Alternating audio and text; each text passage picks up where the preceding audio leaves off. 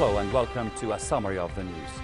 His Majesty the King expressed heartfelt condolences and sympathy to custodian of the two holy mosques, King Salman bin Abdulaziz Al Saud, over the passing away of Prince Saud Al Faisal, the state minister and personal envoy of the Saudi king. In a cable, King Abdullah paid tribute to Prince Saud, who spent 5 decades serving his country and the Arab and Muslim nation.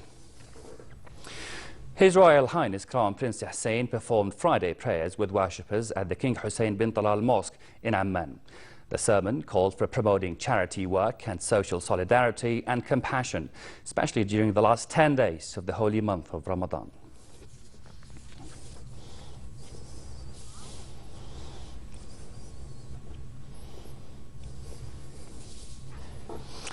Over to the occupied West Bank, thousands of Muslims prayed at Jerusalem's Al-Aqsa Mosque, marking what might be the last Friday prayers of the month of Ramadan.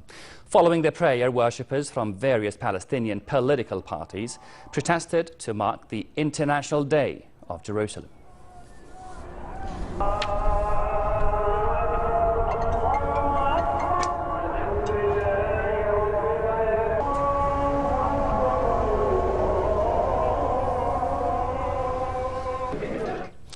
The Yemeni capital Sana'a was subjected to fresh Saudi-led airstrikes hours before a UN-brokered truce was due to come into effect. Yemen's main warring factions agreed to a week-long humanitarian pause from midnight today till the end of Ramadan. But heavy fighting continued across the country, denting hopes for a ceasefire.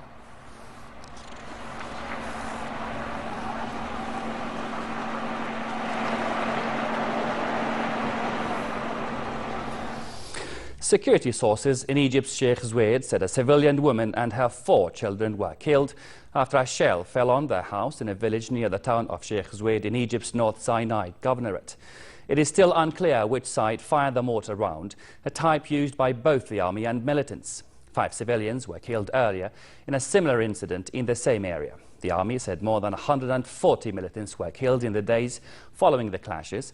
But restrictions on press coverage in the region have prevented access to accurate information from independent sources.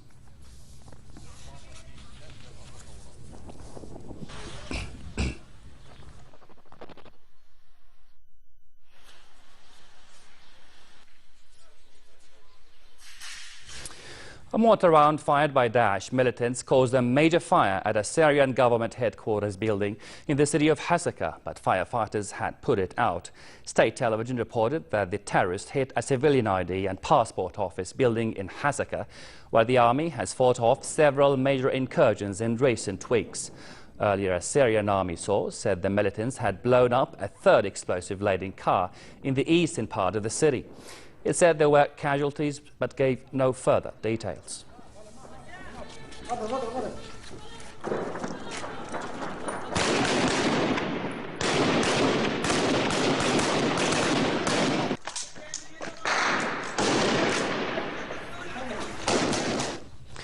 Daesh terrorists attacked Iraqi security forces near the 2 main cities of the western province of Anbar. Shiite militia forces and Iraqi security forces have been trying to encircle Fallujah as the first stage of a military campaign to recapture the 2 cities. Anbar tribal sources said Daesh fighters detonated a vehicle bomb at a military camp housing soldiers and fighters from the mainly Shiite Hashd Shabi forces near Habbaniya. They said another car bomb went off near Siddiqiyya Bridge. Hospital sources in Balad, north of Baghdad, said they had received the bodies of 30 local Hashd Shabi fighters after fighting in an area northeast of Fallujah. The White House said the United States and its negotiating partners have never been closer to an agreement with Iran in ongoing nuclear talks. Iran and 6 world powers in the talks gave themselves until Monday to reach an agreement. This was the 3rd extension in 2 weeks after missing a U.S. congressional deadline set for today morning.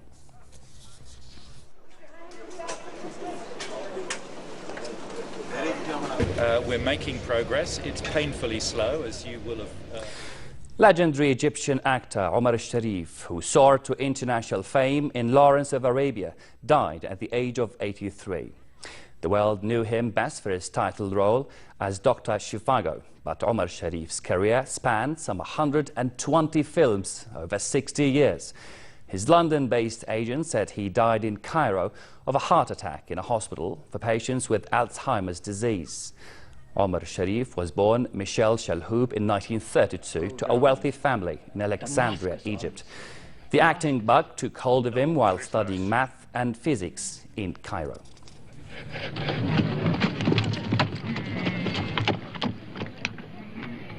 Lawrence. This was Talal's village.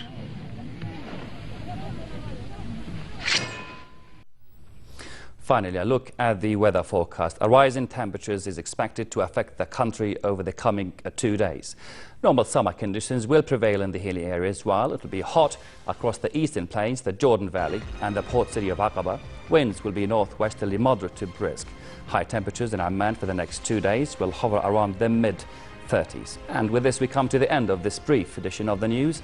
My name is Raad Lupouj. Thank you so much for your time. Have a good night.